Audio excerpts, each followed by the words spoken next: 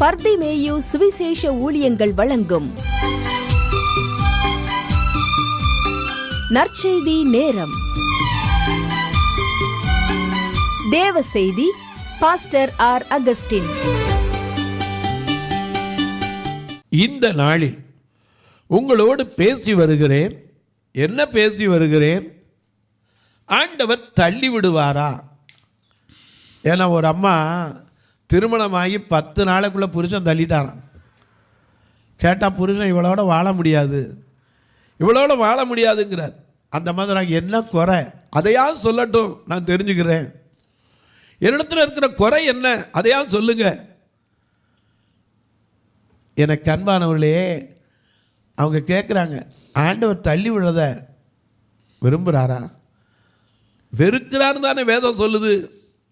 மல்கியா 2ஆம் அதிகாரம் 16ஆம் வசனத்தில் பார்க்கிறோம். என்ன சொல்லுது? உங்களுடைய வேதத்தை எங்கே இருந்தாலும் தயவு செய்து தேடி எடுத்து கையில் வைத்துக்கொண்டு மல்கியா தீர்க்கதரிசியின் புஸ்தகம் 2ஆம் அதிகாரம் 16ஆம் வசனத்துக்கு எல்லாரும் திருப்புவீங்களா? அப்படி எல்லாரும் திருப்பி எடுக்கிற வரைக்கும் பாடுவோமா?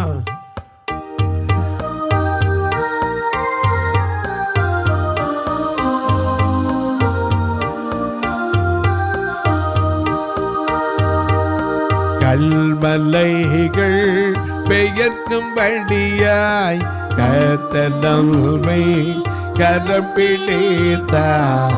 கல்மலைகள் பெயர்க்கும்படியாய் கர்த்தர் நம்மை கரம் பிடித்தார். காத்திருந்து பலனடைந்து கழுகு போல எழும்பிடுமே. காத்திருந்து பலனடைந்து கழுகு போல எழும்பிடுமே. நம்புவே இயேசுவை, நம்புவே இயேசுவை, நம்புவே இயேசுவை, நம்புவே இயேசுவை. நிந்தனைகள் போராட்டம் வந்தோம், நீதியின் தேவன் தாங்கினாரே.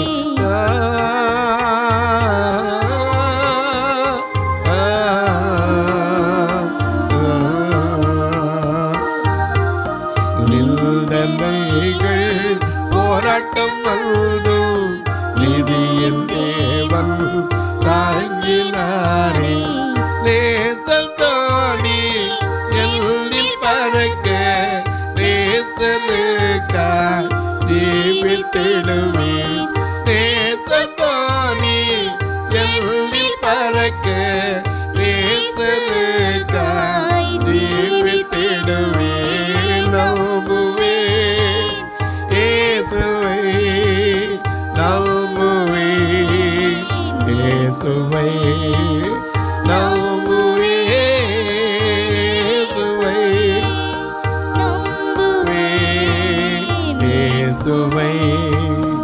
அத்திமரம் தொழில் விடாமல் ஆட்டு மந்தை முதலற்றாலும். அத்திமரம் தொழில் விடாமல் ஆட்டு மந்தை முதலற்றாலும். கர்த்தருக்கு காத்திருப்போம், வெட்கப்பட்டு போவதில்லை. கர்த்தருக்கு காத்திருப்போம், வெட்கப்பட்டு போவதில்லை. நம்பிவா இயேசுவை, நம்பிவா இயேசுவை, நம்பிவா இயேசுவை, நம்பிவா இயேசுவை. காக்கும் கரங்கள் உள்ளனக்கு காத்திடுவார் கிருபையாலே. காக்கும் கரங்கள் உள்ளனக்கு காத்திடுவார் கிருபையாலே. அல்லேலூயா பாடி கடலை நான் தாண்டிடுவேன். அல்லேலூயா பாடி பாடி அலைகடலை நான் தாண்டிடுவேன். நம்புவேன் இயேசுவை, நம்புவேன் இயேசுவை, நம்புவேன் இயேசுவை, நம்புவேன் இயேசுவை. எல்லாம் எடுத்திருப்பீங்க. வாசிக்க சொல்லட்டுமா? மல்கியா 2ஆம் அதிகாரம் 16ஆம் வசனம். ஏன் என்று தள்ளி விடுதலை நான் வெறுக்கிறேன், தள்ளி விடுதலை நான் வெறுக்கிறேன் என்று. ஏன்னா ஒரு விசுவாசம் உள்ள சந்ததியைத்தான் கர்த்தர் எதிர்பார்த்தார். வாசிங்க பார்க்கலாம். தள்ளி விடுதலை நான் வெறுக்கிறேன் என்று இஸ்ரவேலின் தேவனாகிய கர்த்தர் சொல்லுகிறார். இஸ்ரவேலின் தேவனாகிய கர்த்தர் சொல்லுகிறார். ஏன் ஐயா சொல்லுகிறார்? அதுக்கு முந்தின வசனத்தை பார்த்தா, ஏனென்று கேட்கிறீர்கள், கர்த்தர் உனக்கும் உன் இளவயதின் மனைவிக்கும் சாட்சியாய் இருக்கிறார். மறந்துடாதீங்க, அவர் ஒருத்தனை தான் படைச்சார். 15ஆம் வசனத்துல பார்க்கிறோம், அவர் ஒருவனை அல்லவா படைத்தார். ஆவி அவரிடத்தில் பரிபூரணமாய் இருந்தது. 2 பேரையும் குடும்பத்தோட படைச்சிருக்க அவரால் முடியாதா? ஒரே மண்ணை எடுத்து 2 உருவமா அவர் செஞ்சாரா? இல்லையே. இல்லை ஜெராக்ஸ் எடுத்தாரா? ஜெராக்ஸ் தான் எடுத்தார். எப்படி? ஒரு எலும்புலேருந்து அதே போல கை கால் அதே போல எல்லா அவயவங்களை கொடுத்து ஒரு மனிதனை படைத்த தேவன் அவருக்கு ஆவி பரிபூர்ணமாக இருந்தது. ஒரே ஒருத்தனை தான் படைச்சார். முந்தின மனுஷனால ஆதாம், ரோமர் 5:19 என்ன வாசிக்கிறோம்? ஒரு மனுஷனாலே பாவம் பூமிக்கு வந்தது. ஒரு மனுஷனாலே அந்த பாவம் என்ன செய்யப்பட்டது? நிவாரணம் செய்யப்பட்டது. ரோமர் 5:19 என்ன வாசிக்கிறோம்? வாசிக்க பார்க்கலாம். மிக அழகா நமக்கு எழுதி வைத்திருக்கிறார். அன்றியும் ஒரே மனுஷனுடைய கீழ்ப்படியாமையினாலே, நல்ல கவனிங்க, ஒரே மனுஷனுடைய கீழ்ப்படியாமையினாலே அநேகர் பாவிகளாக்கப்பட்டது போல. ஒரு மனுஷன் தான். ஏன்னா ஒரு துளி பால், ஒரு துளி விஷம், ஒரு குடம் பால் என்ன செய்யும்? கெடுத்துவிடும். அதான் இங்க எழுதுறார், ஒரு மனுஷனுடைய மீறுதலினாலே அநேகர் பாவிகளாக்கப்பட்டது போல ஒருவருடைய கீழ்ப்படிதலினாலே அநேகர் நீதிமான்களாக்கப்படுவார்கள். அல்லேலூயா. அந்த ஒருத்தனை படைச்ச ஆதாம் தேவன் எதிர்பார்த்ததை நினைச்சு இருந்தானா? அந்த ஒருத்தனை படைச்சார். எதுக்கு? எல்லாவற்றையும் ஆளுவதற்கு. இந்த மனுஷனுக்கு கொடுத்த கிருபை மாதிரி வேற எங்கேயும் கிடையாதுங்க. இந்த மனுஷனுக்கு கிடைச்ச கிருபை மாதிரி எல்லாம் கிடையாது. எல்லாவற்றையும் ஆயத்தப்படுத்தி வச்சு அப்புறம் இவனை உண்டாக்கினான். உண்டாக்கிட்டு ஆயத்தப்படுத்தலை. நாமெல்லாம் இன்றைக்கி சொல்லுவோம், ஒரு சின்ன வீட்டை கட்டிக்கிடுவோம், ஒரு ரூமை கட்டிக்கிறோம், அப்புறம் போய் கொஞ்சம் கொஞ்சமாக கட்டுவோம். அப்படி வைக்கல. அவர் எல்லாவற்றையும் உண்டாக்கினார், ஆயத்தம் பண்ணிட்டு இத்தனையும் ஆள்றதுக்கு ஒருத்தன் வேணுமேன்னு பார்த்தார். ஏன்னா அவர் எதிர்பார்த்த காரியம் நடக்காமல் போயிடுச்சு. அவர் எதிர்பார்த்தது என்ன? நீங்கள் நினைக்கலாம், எசேக்கியேல் தீர்க்கதரிசியில், அப்புறம் அடுத்த செய்தியில் உங்களுக்கு சொல்கிறேன். தூதனை அலங்கரித்து அவர் வைத்தார். அவன் மேட்டிமை கொண்டு தன் சிங்காசனத்தை உயர்த்தி தேவனுக்கு சமமாமேன் என்று தன் இருதயத்தில் மேட்டிமை கொண்டான். ஆகையினால அவனை தள்ளி விட்டுட்டார். அடுத்து எதிர்பார்த்தார் யார? ஒரு மனுஷனை, இந்த மண்ணில் இருந்து ஒரு மனுஷனை எடுத்து மண்ணை பிசைஞ்சார், கல்லுகளெல்லாம் பிறக்கினார். அப்படி பிறக்க அந்த மண்ணில் ஒரு மனிதனை செய்து அவனுக்கு நாசியிலே ஜீவ சுவாசத்தை ஊதினார். ஆதியாகமம் 2:8 தேவன் பூமியின் மண்ணினாலே மனிதனை என்ன செய்தார்? படைத்தார். படைத்து அவனுக்கு ஜீவ சுவாசத்தை ஊதி அவன் நல்ல வாழ்க்கை வாழ்வான், தேவனுக்கு ஏற்ற கீழ்ப்படிதல் உள்ள வாழ்க்கை வாழ்வான் என்று எதிர்பார்த்தார். ஆண்டவருடைய எதிர்பார்ப்பு அப்படித்தானே. இன்றைக்கி தகப்பந்தாயுடைய எதிர்பார்ப்பு அப்படித்தானே. பிள்ளையை பற்றி வளர்க்குறோம், தானே கடைசியில் எப்படி வேணாலும் வாழலாங்கிறக்கா இல்லை. இன்னைக்கு ஒரு மாடு வளர்க்குறவன் கூட எதுக்கு வளர்க்குறான்? பால் கறக்கும்போது அதுவே போய் பேரம் பேசி விற்க முடியுமா? எனக்கு அன்பானவர்களே, ஆண்டவர் ஒரு நோக்கம் இல்லாமல் செய்கிறவர் அல்ல. ஒரு மனிதன் தான் படைச்சார். அவனுக்குள்ள இருந்து தான் ஒரு எலும்பை எடுத்து ஒரு பெண்ணை உருவாக்கி ஒருவருக்குள் ஒன்றாய் இருக்க வேண்டும், ஒன்றுக்கு ஒன்று பகை இருக்கக்கூடாது, ரெண்டு பேரும் தங்களை மேன்மையாக எண்ண வேண்டும் என்று அவருடைய ஞானத்தை நம்மளால் புரிஞ்சு கொள்ள முடியாது. அவ்வளவு ஞானத்தோடு படைத்து கொண்டு போய் தினந்தோறும் பேசுவார். தினந்தோறும் போய் தன் பிள்ளைகிட்ட தகப்பை எப்படி வேலைக்கு போயிட்டு வீட்டுக்கு வந்து பேசுகிறானோ அந்த மாலை நேரத்தில் வந்தால் அவரோட வந்து பேசுவார், கொஞ்சி மகிழ்வார். அப்படி இருந்த ஒரு மனிதன், ஒரு மனுஷி அவருக்கு விரோதமாய் இன்னொரு சத்தத்தை கேட்டு தவறு செய்தாலும் பரவாயில்ல, மன்னிப்பு கூட கேட்கல, நான் தான் செஞ்சேன்னு ஒத்துக்கலை. ஆண்டவரையே குற்றம் சாட்டின போதும் அவனை தோட்டத்தை விட்டு தள்ளுறதுக்கு முன்னாடி என்ன செஞ்சார் தெரியுமா? ஒரு மிருகத்தை அடித்து அதன் தோலை எடுத்து அவனுக்கு உடுத்தி நிர்வாணத்தை மறைத்தார். ஆண்டவருடைய இரக்கத்தை என்ன சொல்கிறது, உடைய அன்பை என்ன சொல்லுவேன்?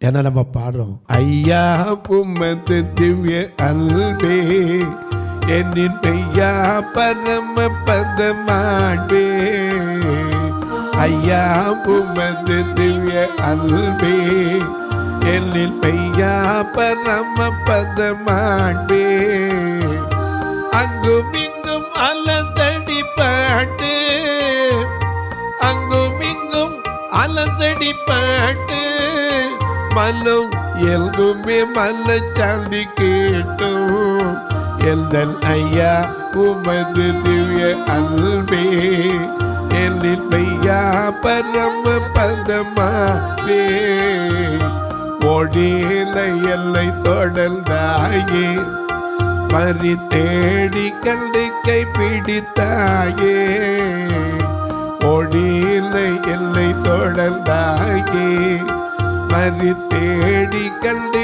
கை பிடித்தாயே, நாடி அரவணைக்கும் வாயே, நாடி அரவணைக்கும் வாயே, உம்மை பாடி புகழும் எந்தன் வாயே, எந்தன் ஐயா உமது திவ்ய அன்பே என்னில் மெய்யா பரம பதமாவே.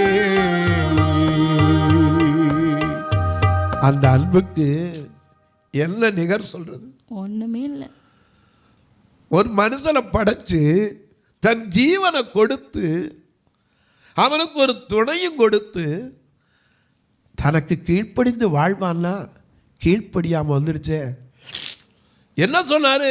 வேற ஒரு பெரிய காரியம் சொல்லலை. இதில் எல்லாத்தையும் சாப்பிடலாம், ஆனால் ஒன்றே ஒன்றை மட்டும் புசிக்கும் நாளிலே சாகவே இவ்வளவுதான். மறந்துரு, அதை நினைக்காத. என்னாரே நினைக்காம இருந்தா. அதனால தான் ரோமர் 5:19 வாசிக்கிறோம், ஒரு மனுஷனுடைய கீழ்ப்படியாமையினாலே, அந்த வார்த்தையை அண்டர்லைன் பண்ணி வச்சுங்க, ஒரே ஒரு மனுஷன் கீழ்ப்படியலை. அப்படி கீழ்ப்படியாததுனால என்னாச்சு? அநேகர் பாவிகளாக்கப்பட்டாங்க. ஆனா அவ்வளவு பாவத்தை செஞ்ச ஆதாமுக்கு ஒரு சாபத்தை சொன்னார், நீ பயிரிடும்போது என்ன செய்யாது, உனக்கு முள்ளையும் குறுக்குன்னார். ஏவாளுக்கு ஒரு சாபத்தை சொன்னார், நீ பிரசவிக்கும் போது பிள்ளை வரும்போது என்ன செய்வ, கர்ப்ப வேதனை படுவேன்னார். ஆனால் அப்படி சபித்தாலும் அவர்களை துரத்தி விடும்போது, ஏதனை விட்டு துரத்தி விடும்போது நிர்வாணமாக அனுப்புனாரா? நிர்வாணமாக அனுப்புனாரா? இல்லையே. இவன் ஒரு அத்தி இலையை தைத்து தன் நிர்வாணத்தை மறைத்து கொண்டிருந்தான். அப்பவும் இவன் போனால் அது காஞ்சி போகுமப்பா. இந்த இலை எவ்வளோ நேரத்துக்குடா இருக்கும்? ஒரு மிருகத்தை அடித்து அதன் ரத்தத்தை சிந்தி அதை தோலை எடுத்து அவனுக்கு ஒரு ஆடையை வைத்தார். ஃபஸ்ட்டு தையக்காரர் அவர் தான், த ஃபஸ்ட் டெய்லர். யாருன்னா அவர் லார்ட் ஆஃப் ஜீசஸ் கிரைஸ்ட். நாம் எனக்கு எத்தனையோ டெய்லர்களை வச்சுருக்கோம், ஆனால் மொதல் டெய்லர் யார்? அவர் தான் தைச்சார். நிர்வாணத்தை மூடி, ஆனால் அவனை கொன்னுட்டாரா? இல்லையே. ஏதேனுக்கு காவல் வைத்தார ஒளிய அவனை தள்ளிட்டாரா? இல்லைங்க. ஏன்னா அவர் தள்ளி விடுகிறவர் அல்ல. எப்பேற்பட்ட பாவியை அவர் தள்ள மாட்டார். நாமளா தான் இவனால தான் கெட்டே போச்சுப்பா, இவனை முதல்ல அடின்னு இருப்போம்.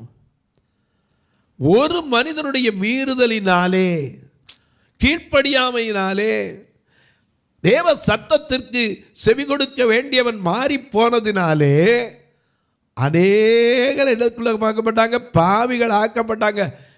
ஏன்னா பகவத்கீதை சொல்லுது, ஒருவனை கெடுத்து ஒரு குடி காக்கலாம், ஒரு குடி கெடுத்து ஒரு ஊர் காக்கலாம், ஒரு ஊரை கெடுத்து ஒரு நாட்டை காக்கலாம், ஒரு நாட்டை கெடுத்து ஒரு நகரத்தை காக்கலாம். ஆனால் இந்த வேதம் அப்படி சொல்லலை. ஒருவனும் கெட்டு போகக்கூடாது, ஒருவனும் கெட்டு போயிடக்கூடாது. எந்த மனுஷனும் பிரகாசிப்பிக்கிற மெய்யான ஒளி, அவர் மிரக்கத்துக்கு அந்த அளவே கிடையாதுங்க. there is no limitation at all. ஆனால் தள்ளி விடுறாரா அப்படின்னா, ஏன் தள்ளி விடுறாரு? ஆதாமை கொண்டு அவ்வளவு ஒரு தோட்டத்தில் வச்சு எல்லாத்தையும் உண்டாக்கி எல்லாத்தையும் ஆண்டுக்கப்பா, நீ தான் பொறுப்பு, நீ தாண்டா இதுக்கு எல்லாம் சொன்னவர் ஏன் தள்ளுறாரு? தான் எதிர்பார்த்தது மாறி போச்சு. இன்னைக்கு நீங்களே உங்கள் பிள்ளை எதிர்பார்த்தது செடி இல்லைன்னா என்ன செய்வீங்க? அவனை விடு, அவன் எப்படியும் போட்டும். ஆனால் அவர் ஆண்டவர் அப்படியும் போகல.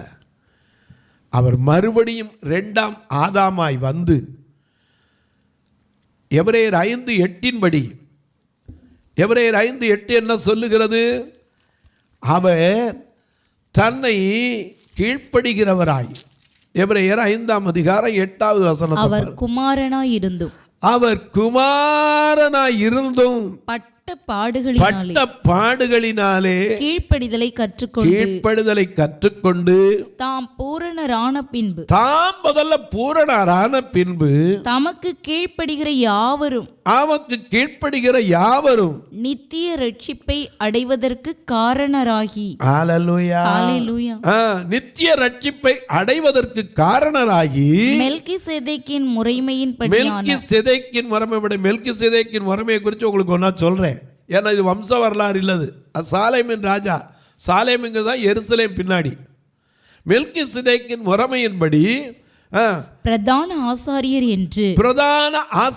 என்று தேவனாலே நாமம் தரிக்கப்பட்டார். அதனாலதான் அவருக்கு வானிலும் பூவிலும் மேலான நாமம், வானாதி வானவர் இயேசுவின் நாமம். வானோர், பூதலத்தோர், பூமியில் உள்ளோர் எல்லாருடைய முழங்கால்களும் முடங்குகிற மேலான நாமத்தை அவருக்கு தந்தறினார். அப்படி இருந்தும் அநேகர் பாவியாக்கப்பட்டதுனால அந்த பாவத்தை தன்மேல் ஏற்றுக்கொண்டு அந்த பரிகாரியாக தன்னையை கொடுத்தார். தன்னையை கொடுத்த தேவன் தள்ளுவாரா? இல்லையா? தள்ளுவாரோ அன்பு கொள்ளுவார் மீது பாடுறோம்ல. கெட்டுப்போன மாந்தரை இயேசு ஏற்றுக்கொள்ளுவார், பாவ ஆத்துமாக்களை குணமாக்கி ரட்சிப்பார். நல்ல செய்தி கேளுமே, இந்த ஏற்ற நேரத்தில் வந்து சேர கடவீர், புண்ணியநாதர் பாதத்தில் மீட்பும் வாழ்வும் பெறுவீர். அந்த புண்ணியநாதருடைய வாதத்தில் வந்து விழும்போதுதான் மீட்பு உண்டு, வாழ்வு உண்டு, நம்மை வாழ வைக்கிற தெய்வம். அநேக நேரங்கள் இது நமக்கு விளங்குறது இல்லை. அந்த ஒரு மனுஷன் யாருன்னா ஆதாம். அந்த ஒரு மனுஷனை தான் அவர் உண்டாக்கினார் முதல்ல. ஏன்னா எல்லாத்தையும் உண்டாக்கி ஒருவனை படைத்தார். ஏன் ஆவி அவரிடத்தில் பரிபூர்ணமாக இருந்தது, பின்ன ஏன் ஒருவனை படைக்கணும்? ஒரு விசுவாசம் உள்ள சந்ததியை பெறுவதற்கு. அப்படி எதிர்பார்த்த அந்த ஆதாம் அநேகரை என்னாகினா பாவிகளாக மாற்றிவிட்டார். அந்த பாவிக்கு புகலிடம் கொடுக்கிறதுக்கு தான் இயேசு இந்த பூமியில் வந்தார். நாம பாரோம்ல, பாவிக்கு புகலிடம் ரட்சகர் பாரில் பள்ளியாக மாண்டரே, பரிசுத்தரே, பாவமானரே, பரமான சிலுவையை சுமந்தவரே, பாவிக்கு புகலிடம் சுரட்சது, பாரினில் பலியாக மாண்டாரே. காட்டிக் கொடுத்தால் 30 வெள்ளி காசுக்காகவே கர்த்தர் இயேசுவை, காட்டிக் கொடுத்தால் 30 வெள்ளி காசுக்காகவே கர்த்தர் இயேசுவை கொலை செய்யவே கொண்டு போனாரே.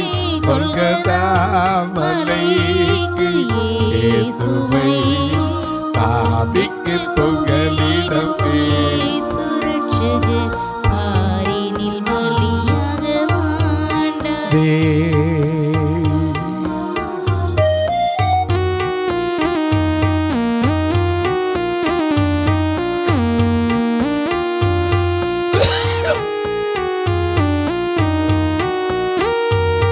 கள்ளர் மத்தியில் ஒரு கள்ளன் போல் குற்றமற்ற கிறிஸ்து தொங்கினார்.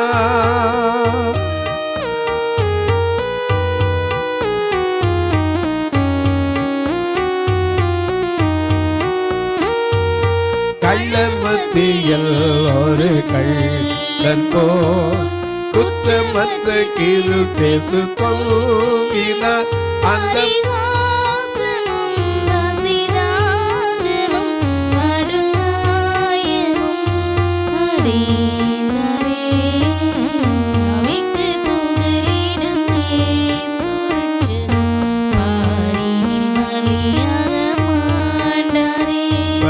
பரிசுத்தரே வானரே, பரமான சிலுவையை சுமந்தவரே, பாவிக்கு புகலிடமே ரட்சகர், பலியாக மாண்டாரே. எனக்கு அன்பானவனே, பாரினில் பலியாக மாட்டார். கொல்கதா மேட்டினிலே அந்த கொலை மரத்தில் தொங்குறது காரணம் என்ன? வேற ஒன்றும் கிடையாது. எல்லா பாவிகளும் மீட்கணும். அவரா தள்ளி விடுவார்? அப்போ ஒரு மனுஷனை தள்ளுறாருன்னா காரணம் என்ன? ஏன்னா அநேக காரியங்களுக்கு சொன்னா தான் விளங்கும். ஏன்னா சத்தியத்தை சத்தியமாக போதிக்கணும். ஏதோ மேம்போக்கா போடுறது அது அல்ல. சத்தியத்தை அறியணும். அந்த சத்தியத்தினால தான் நாம் மீட்பு பெற முடியும். தொலைக்காட்சியில் பார்க்கிற என் அன்பு மக்களே, இந்த நிகழ்ச்சியை நாள்தோறும் பார்க்குறீங்க, கேட்குறீங்க, பரவசமடைகிறீங்க, ரொம்ப நல்லது. கேட்பதோடு விட்டுறாதீங்க. ஒரு வார்த்தை ஜெபம் பண்ணுங்க. எதுக்கு? இந்த நிகழ்ச்சி தொடர்ந்து வருவதற்கு தேவைகள் சந்திக்கப்படணும். ஒன்று, ஏன்னா ஒவ்வொரு நாளும் 4000 ரூபா தொலைக்காட்சிக்கு, 30 நாள் 30 பேர் எந்திரிக்கணும். அதுபோக ரெக்கார்டிங் 30 நாள், ஒரு நாளைக்கு 1000 ரூபா, 30,000 ரூபா வந்துடும். அது குறைச்சி ஒன்றுமே செய்ய முடியாது, ரெக்கார்டிங்க்கு மட்டுமே. இது போக தான் சபையில் வர்ற பார்வையற்ற மக்களுக்கு ஏதாவது செய்கிறதுக்கு இதிலிருந்து வர்றதை வச்சு தான் செஞ்சுக்கிட்டு இருக்கோம். எனக்கு அன்பார்களே, நீங்களும் கர்த்தர் ஏவினால், கட்டாயமல்ல விசனமாயல்ல, உங்கள் பிறந்த நாள், திருமண நாள் போன்ற நல்ல நாட்களிலே இந்த பார்வையற்ற மக்கள் திருச்சபைக்கு ஒரு வேளை உணவு கொடுக்க உதவலாம், ஒரு ஊன்றுகோல் கொடுக்க உதவலாம். ஊன்றுகோல்னால் என்னென்னு கேட்பீங்க? கண்ணுதிரி அவங்க கையில் கம்பு வச்சுருப்பாங்க, இல்லாட்டி நடக்க முடியாது. ஒரு ஊன்றுகோல் 260 ரூபா தான். ஒரு 10 பேர் கொடுக்கலாம், ஒரு 50 பேர் கொடுக்கலாம். கண்ணை கொடுக்க முடியாது. ஆனால் கண்ணை போல உதவுற ஊன்றுகோலை கொடுக்கலாமே. பார்வையற்றோர் மரித்தா சொந்தக்காரனுக்கு மனசு வராது அடக்கம் பண்ண, ஃபியூனரல் காரியத்துக்கு கொடுக்கலாம். இப்போ இருக்கிற அறை திருநெல்வேலியில் பார்த்தீங்கன்னா ஒரே ஒரு ரூம், அதில் தான் எல்லாரும் அடைஞ்சிருக்காங்க. இன்னொரு அறை கட்டுவதற்கு கொடுக்கலாம். அது மட்டும் இல்லை, மதுரையில் ஒரு ஞானஸ்நான தொட்டி 20 வருஷம் ஆச்சு, அதை பழுது பார்க்குறதுக்கு 80,000 ரூபா. அது மட்டும் இல்லை, முந்தி பெண்களை தங்க வச்சுருந்தோம். அந்த மாடியில் ஆஸ்பெட்டாஸ் போட்டு 20 வருஷம் ஆச்சு. அது அப்படியே வெயிலில் கிடந்து மதுரை வெயிலுக்கு நீங்களே வந்து பார்த்தீங்கன்னா அவ்வளோ வெறுத்துருவீங்க, அவ்வளோ வெயில். திரும்ப ஓடு போடணும்னா எனக்கு மனசில், ஏன்னா இந்த வெக்கையில் எப்படி உட்காருவாங்க வயசான காலத்தில். நான் உட்கார்ந்து பார்த்துட்டு தான் முடிவு பண்ணுவேன். என்னால் உட்கார முடியல. மற்றவங்களுக்கு எப்படி இருக்கும்? தன்னை போல பிறனை நேசிக்க வேண்டும். அதில் எப்படியாவது சென்ட்ரிங் போடணும்னு முயற்சிட்டு வரோம். அப்படி சென்ட்ரிங் போட்டால் வயதானவர்களை வைப்பதற்கு எந்த தடையும் இல்லை. அதுக்கு அன்னைக்கு கூப்பிட்டு கேட்டோம், 6 லட்ச ரூபா செலவுங்கன்னாங்க. ஏன்னா மாடியில் சென்ட்ரிங் போட்டு மூடுறதுக்கு. ஆண்டவர் தான் சிலரை ஏற்படுத்தணும். நீங்கள் அதற்காய் ஜெபியுங்கள். எப்படி தொடர்பு கொள்ள? இங்கே 2 நம்பர் ஜிபே ஃபோன்பே வந்துக்கிட்டு இருக்கும், நீங்கள் தொடர்பு கொள்ளலாம். அது மட்டும் இல்லை, ஏன்ட்ட கேட்டாலும் உங்களுக்கு விளக்கங்களை சொல்லுவேன். ஒருவேளை நாங்கள் செஞ்சு தரலாம் ஐயா, எனக்கு பில்லு கிடைக்குமா? தாராளமாக. நீங்கள் வைப்பதற்கு ஏற்ற பில் கிடைக்குமா? கண்டிப்பாக கிடைக்கும். 84 388 52 500 பாருங்கள், அதில் உங்களுக்கு தெரியும் விளக்கம். நீங்களே பார்த்தோன்னே தெரிஞ்சுக்குவீங்க. அது மட்டும் இல்லை, திருநெல்வேலியில் வாரம் வேன் வச்சு தான் கூட்டிகிட்டு வரோம். 16,000 ரூபா மாதத்துக்கு வேன் பட்டு வாடகை. நான் வந்த உடனே காணிக்கைன்றதுக்கு இல்லை, அவங்க தலையத்தான் என்ன சொல்லுவோம். ஏன் தெரியுமா? இவங்க எந்த காணிக்கை போட்டு கரண்ட் பில்லு கூட வராது. ஆனால் அவர்களை வெறுமையாக அனுப்பக்கூடாது, அவர்களும் ரட்சிக்கப்பட வேண்டும். சாதாரணமாக சொல்ல, பின்னாடி ஒரு காரியத்தில் உங்களுக்கு சொல்கிறேன். தாவீது யுத்தம் பண்ண போகும்போது அவனுக்கு தடை பண்ணுவாங்கன்னு சொன்னதே யாருன்னா குருடனும் சப்பானியரை தான் சொல்லி வச்சான். நீங்களும் கர்த்தர் ஏவினால் இதில் தொடர்பு கொள்ளலாம். உங்கள் ஜெபக்காரி எது இருந்தாலும் காலை 10லேருந்து 5 மணிக்குள்ளே சொல்லலாம். ஏன்னு கேட்டால் 24 மணி நேரம் ஜெப உதவிக்கு நான் போட்டுட்டு ஃபோனை எடுக்காமல் இருந்தால் அல்லது ரெக்கார்டிங் நேரத்தில் ஆஃப் பண்ணி வச்சுருந்தா என்ன பிரயோஜனம்? ஆகையினால தான் சொல்கிறேன், 10லேருந்து 5க்குள்ளே தொடர்பு கொள்ளுங்க. ஒருவேளை ஆஃபில் இருந்து அல்லது எடுக்காமல் இருந்தால் நீங்கள் தெரிஞ்சுக்கலாம், ரெக்கார்டிங்கில் இருக்கார், ஆராதனையில் இருக்கார், அல்லது ஒரு கூட்டத்தில் இருக்கார். மித்த நேரம் கட்டாயம் எடுப்பேன், பதில் சொல்ல. இப்போ உங்களுக்காக ஜெபிக்கட்டுமா? நல்ல பிதாவே, நன்றியோடு துதிக்கிறோம் சுவாமி.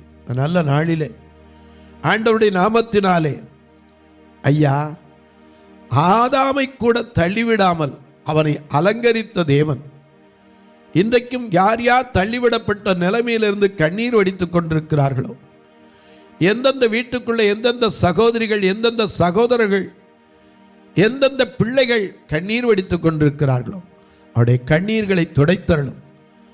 பிறந்த நாள் திருமண நாளை நினைவு கூறுகிற மக்களுக்காய் ஜெபிக்கிறேன். முதல் பிரசவத்திற்காய் பயத்தோடு இருக்கிற என் அன்பு சகோதரிகளுக்காய் ஜெபிக்கிறேன். ஐயோ எனக்கு ஒரு குழந்தை இல்லையே என்று ஆதங்கப்படுகிற மக்களுக்காய் ஜெபிக்கிறேன். மருத்துவமனையில் இருந்து கொண்டு எனக்கு எத்தனை சொந்தங்கள் இருந்தன, பந்தங்கள் இருந்தன, உறவுகள் இருந்தன, எனக்கு உதவி செய்ய ஒருவர் இல்லையே என்று அங்கலாய்க்கிற மக்களுக்காய் ஜெபிக்கிறேன். நீர் அவர்களுக்கும் ஆறுதலை கொடும், சமாதானத்தை கொடும், ஒத்தாசை அனுப்பும். இயேசுவின் நாமத்தில் ஜெபிக்கிறேன் நல்ல பிதாவே, ஆமென். சபை ஆராதனை ஞாயிறு காலை 10 மணி முதல் 12 மணி வரை. இடம் பர்திமேயு சுவிசேஷ ஆலயம், அன்னை சத்யா நகர், இளமனூர் அஞ்சல், சக்கிமங்கலம் வழி, மதுரை மாவட்டம். பின்கோட் 625201 மற்றும் பர்திமேயு சுவிசேஷ ஜெப வீடு, flat number 107, Eden garden, Muthur, Tirunelveli. Pincode 627011. சிறப்பு உபவாச கூட்டம் ஒவ்வொரு மாதமும் 2வது சனிக்கிழமை காலை 10 மணி முதல் 1 மணி வரை நாகர்கோவில் YMCA ஹாலில் வைத்து நடைபெறுகிறது. மற்றும் ஒவ்வொரு மாதமும் 4வது சனிக்கிழமை காலை 10 மணி முதல் 1 மணி வரை திருநெல்வேலி புதிய பேருந்து நிலையம் அருகில் உள்ள கிரேஸ் ஹாலில் வைத்து நடைபெறுகிறது. எங்கள் எல்லா ஆராதனைகளிலும் கலந்து கொண்டு தேவனை மகிமைப்படுத்த அன்பாய் அழைக்கிறோம். உங்கள் உதாரத்துவமான காணிக்கைகளினால் இவ்வூழியத்தை தாங்க விரும்பினால் R Augustine, account number 5021364331, IFSC code IDIB 000B066, Indian bank, BP Kulam, Madurai. GPay number 9842181917, BGM ministries மற்றும் 9442559772, பிளைண்ட் மினிஸ்ட்ரீஸ் அகஸ்டின்.